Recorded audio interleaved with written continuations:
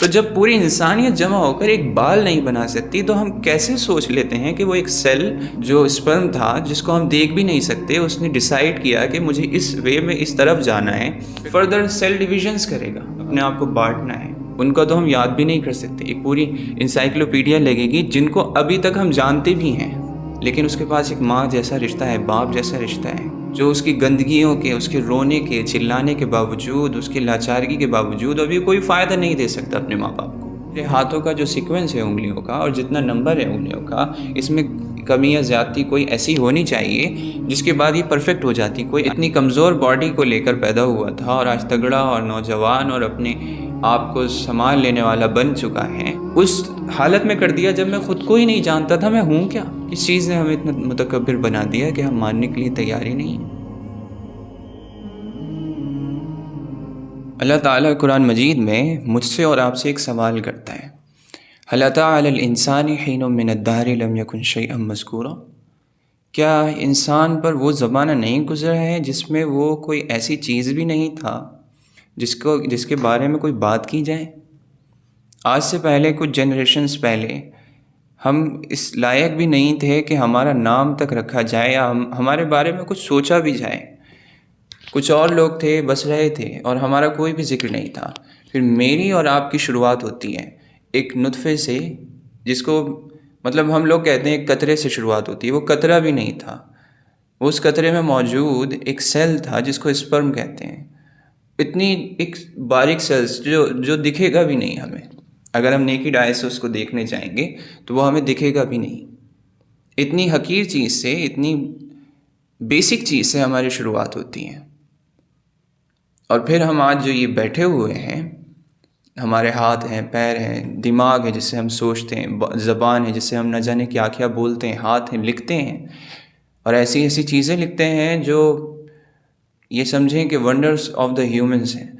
मतलब इंसानियत के वंडर्स हैं। ऐसी ऐसी किताबें लिखी गई, ऐसी ऐसी फ़िलासफ़ीज़ बनाई गई। ह्यूमन हिस्ट्री रिच है इसकी कॉन्शियसनेस के कमाल से, जो इसकी दिमाग में कमाल रखे हुए हैं।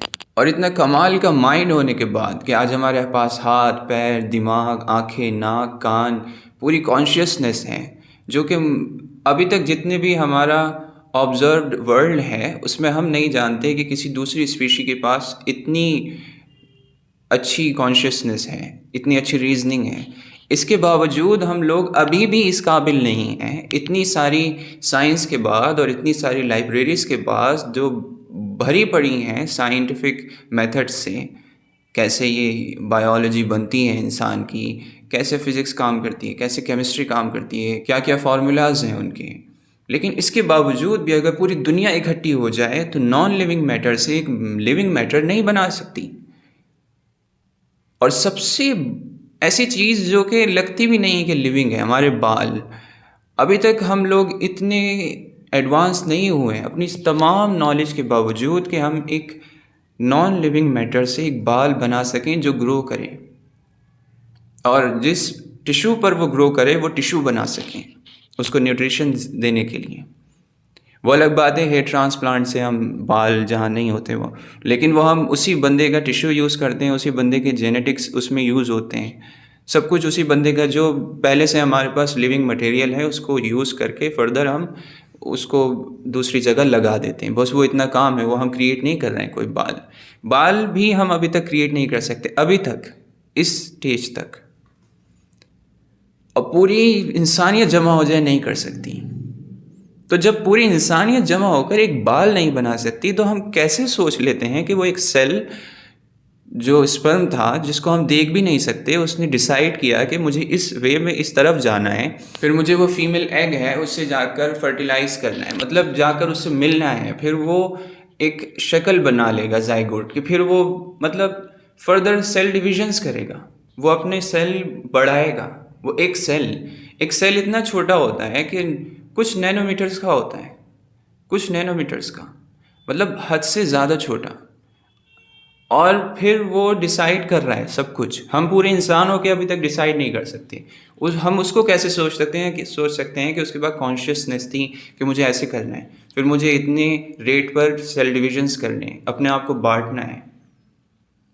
और फिर सोचें कि वो जब बढ़ता है तो जो धीरे धीरे फीटस होता है, वो उसमें कुछ टिश्यूज़ बनते हैं, जो कुछ को लंग्स बनना होता है, कुछ को हार्ट बनना होता है, कुछ सेल्स को जो उसके बढ़ते होते हैं, वो डिसाइड हो रहा है वहीं पर। वो कुछ रेगुलेटरी प्रोटीन्स हैं जो ये सब कुछ डिसाइड कर रहे हैं कि इसको इस जीन को एक्सप्रेस करना है, इस जीन को एक्सप्रेस नहीं करना है। पूरी जो वो जीनोमिक एक उसका सीक्वेंस है, उसमें से कुछ चुन लिए जा रहे हैं एक सेल के लिए, कुछ दूसरे सेल के लिए वो नहीं चुने जा रहे हैं। चाहे उसका रीज़न रेगुलेटरी प्रोटीन्स हैं, उन रेगुलेटरी प्रोटीन्स को कौन गाइड कर रहा है? और वो न्यूट्रिशंस जो ले रहा है, जिस तरह से वो अंदर जुड़ा हुआ है, उन चीज़ों को कौन गाइड कर रहा है? ये सारी स्टेजेस कैसे गाइड हो रही हैं एक अंधेरे में, जहाँ इंसान को पता है हम उजाले में नहीं कर पाएंगे और सारे नॉलेज के साथ वो स्टेजेस नहीं कर पाएंगे। और ये तो अब हमने डिस्कवर किया है कि क्या होता है, कैसे होता है। और डिस्कवर करने के बाद भी हमारी पूरी कॉन्शियसनेस के साथ भी आज भी अगर हम किसी एग्ज़ाम में ये सब लिखने जाएं तो हमें याद करना पड़ता है बहुत ज़्यादा। उसके बाद भी वहाँ जाकर भूल जाते हैं और हमें सारे स्टेप याद भी नहीं हो सकते। इतने बारीकी हैं, इतने सारे केमिकल्स, इतने सारे एंजाइम्स, इतने सारे प्रोटीन्स, सब कुछ वहाँ काम कर रहे हैं। उनका तो हम याद भी नहीं कर सकते। एक पूरी इंसाइक्लोपीडिया लगेगी जिनको अभी तक हम जानते भी हैं, जो उस फैक्ट्री में काम करते होते हैं, जो वहाँ मेटाबॉलिक एक्टिविटीज़ चलाते होते हैं, सब कुछ। यहाँ इसको जितना बारीकी में जाकर पढ़ेंगे, और कुछ के तो हमें अभी कुछ एंजाइम्स को, कुछ केमिकल्स को तो हमने डिस्कवर भी नहीं किया है, और डिस्कवर कर लिया है तो उनके फंक्शन प्रॉपर हमें नहीं पता है। वो कैसे एक सेल में, एक सेल की बात हो रही है, एक सेल की, और इतनी ज़्यादा फंक्शनल यूनिट जो है हमारी, ये इतनी ज़्यादा है एक बॉडी में। जो इस वक्त हम बैठे हैं, अप्रॉक्सीमेटली कहते हैं कि ट्रिलियंस में ये सेल्स हैं हमारी बॉडी में, ट्रिलियंस में। सोच सकते हैं कि कितनी फैक्ट्रीज ही इस बॉडी में लगी हुई हैं। और ये फैक्ट्री कोई आम सी फैक्ट्री नहीं है। कहा जाता है कि अगर इस फिजिकल वर्ल्ड में एक सेल को बनाया जाए तो वो न्यूयॉर्क सिटी के बराबर एक सेल होगा। इतनी कॉम्प्लेक्स बॉडी के साथ आप बैठे हैं, जिसका आपके माइंड को पता भी नहीं क्या चल रहा है, इसमें चल क्या रहा है। वो तो कुछ माइक्रोस्कोपिक डिस्कवरीज हुई जिससे हमें पता चला है कि ये चीज़ें हो रही हैं सेल में, हमारी एक सेल में, जो हमें दिखेगी भी नहीं। वो गाइड हुई उस वक्त जब हम एक एक शुरुआती सेल थे, और अब हम वो काम नहीं कर सकते। वो कैसे सोच सकते हैं उस कतरे को वो काम पता होगा कि ये मुझे करना है? तो ये सब कुछ कौन गाइड कर रहा था?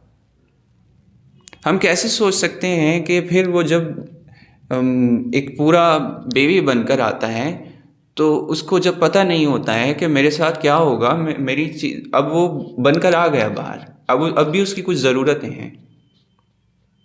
उस ज़रूरतों को पूरा करने के लिए पहले से ही अल्लाह ताला ने एक माँ बना दी, ये एक रिश्ता दे दिया उसे। ये सिस्टम कैसे चल रहा है? उसकी गंदगी के बावजूद, उसकी लाचारी के बावजूद कि वो कुछ नहीं कर सकता, वो अभी क्या कर सकता है, लेकिन उसके पास एक माँ जैसा रिश्ता है, बाप जैसा रिश्ता है, जो उसकी गंदगियों के, उसके रोने के, चिल्लाने के बावजूद, उसकी लाचारगी के बावजूद अभी कोई फ़ायदा नहीं दे सकता अपने माँ बाप को। लेकिन माँ बाप के दिल में इतनी ज़्यादा मोहब्बत कौन डाल रहा है? दूसरे लोग तो अगर किसी को मिल जाए तो उनके लिए मुसीबत है इतना छोटा बच्चा। एक वो सिस्टम जो चलाया है मोहब्बत का, वो किसने डाला? और फिर जो उसका ज़रूरत है खाना, वो उस वक्त ही पैदा कर दिया उसकी माँ के अंदर, उसका खाना भी पैदा कर दिया।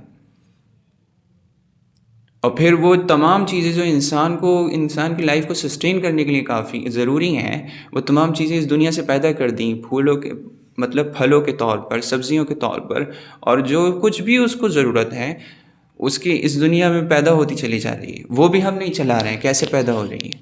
हमें तो हमारी आँख खुली, हमारे जनरेशन्स में पहले जाएं जिन लोगों को कुछ नहीं पता था, आज तो हमें सिर्फ पता है कि ये कैसे होता है। जिन लोगों को पता नहीं था उनकी आँख खुली, उन्होंने देखा कि यहाँ फल लगे हैं, यहाँ ये जानवर है, इसको खा सकते हैं।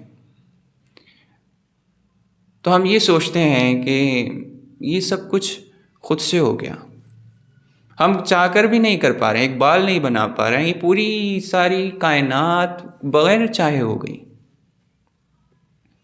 ये तो ऐसा हो गया कि एक ख़त है जो लिखा हुआ हमें दिखे कि बहुत ही खूबसूरती से, बहुत खूबसूरत ज़बान में लिखा हुआ है, और उसको देखने वाला कहे कि ये खुद से किसी एक क्रिएट हो गया over the period of time, और इसके पीछे कोई कॉन्शियस माइंड नहीं था, किसी ने इसको बनाया नहीं, खुद से लिख दिया गया। मतलब इतनी बेसिक चीज़, ख़त जैसी कोई चीज़ जिस पर कुछ लकीरें खिंची हुई हैं, आप नहीं मानेंगे कि खुद से हो गया। और ये इतनी बड़ी जो एक लेटर लिखा हुआ है कॉस्मोस का, इसको हम समझ लेते हैं कि ये खुद से हो गया, जो कि हम अपनी कॉन्शियस माइंड से भी कुछ छोटा सा सिस्टम भी नहीं चला सकते इकोसिस्टम का। ये इंसान की आंखों का और दिल का बंद हो जाना है। यहाँ से इंसान को पता चलता है कि अपने आप को जान लेना, अल्लाह ताला फरमाता है, अल्लाह के नबी सल्लल्लाहु अलैहि वसल्लम की हदीस है कि जिसने अपने आप को जान लिया उसने रब को जान लिया। अगर हमारे पास एक सेंस है जो कि प्रॉपरली वर्किंग कर रहा है, जिसको कॉमन सेंस बोलते हैं, तो हम इस रियलिटी को डिनाई कर ही नहीं सकते। खुद इंसान देखे कि आज कुछ बना नहीं सकता, लेकिन क्या वो अपने हाथों के बारे में, अपने जिस्म के बारे में कोई ऐसी चीज़ सोच सकता है जिसको और परफेक्शन की ज़रूरत हो? या कोई वो आइडिया सजेस्ट कर सकता है कि मेरी बॉडी में जो ये चीज़ें बनी हुई हैं, इनमें अगर ये फ़र्क कर दिया जाए तो ये और परफेक्ट हो जाती। मेरे हाथों का जो सीक्वेंस है उंगलियों का, और जितना नंबर है उंगलियों का, इसमें कमी या ज़्यादती कोई ऐसी होनी चाहिए जिसके बाद ये परफेक्ट हो जाती। कोई आइडिया दे सकता है? बेस्ट अरेंजमेंट है। इसी को अल्लाह ताला फरमाता है अहसन तक़वीम, लक़द ख़लक़नल इंसाना फ़ी अहसन तक़वीम। हमने इंसान को सबसे खूबसूरत साँचे में, बेहतर साँचे में ढाल कर बनाया। इससे बेहतर ढांचा हो ही नहीं सकता था एक इंसान के लिए। और हर जानवर को ऐसे ही बनाया गया, वो जिस पर्पस के लिए क्रिएट किया गया है, वो उस पर्पस में जो ज़रूरत थी उसके जिस्म की होने की, वो परफेक्टली उसी तरह बना हुआ है।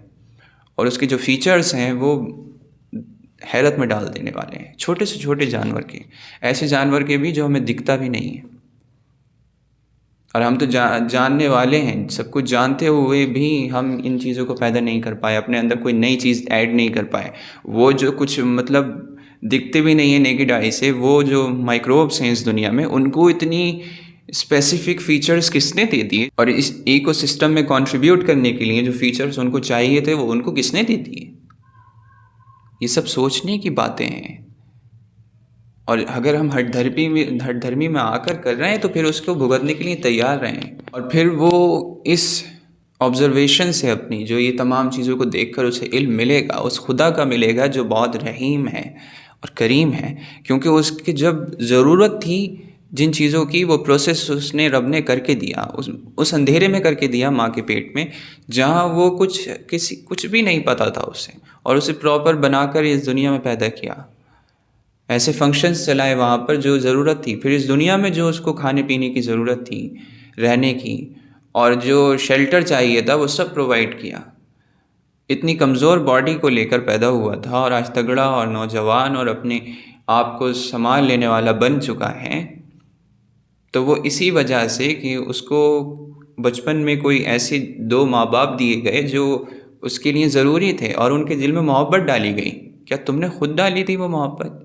क्या तुम इस लायक थे, इतने खूबसूरत पैदा हुए थे, को क्या तुम्हारे ऊपर ऐसे कोई ख़ास सुरकाब के पर लगे थे? वो मोहब्बत ऑटोमेटिकली कैसे पैदा हो गई? कोई तो है जो ये सब कुछ चला रहा था। किसी को तो आपको बड़ा करना था, आपके कॉन्शियस माइंड पर आपको लाना था, आपको डिसीजन मेकर बनाना था, ताकि आप कुछ डिसीजंस ले सकें, अपनी फ्री विल को यूज़ कर सकें। उस लेवल तक लाने के लिए ये सारा सिस्टम किसने चलाया?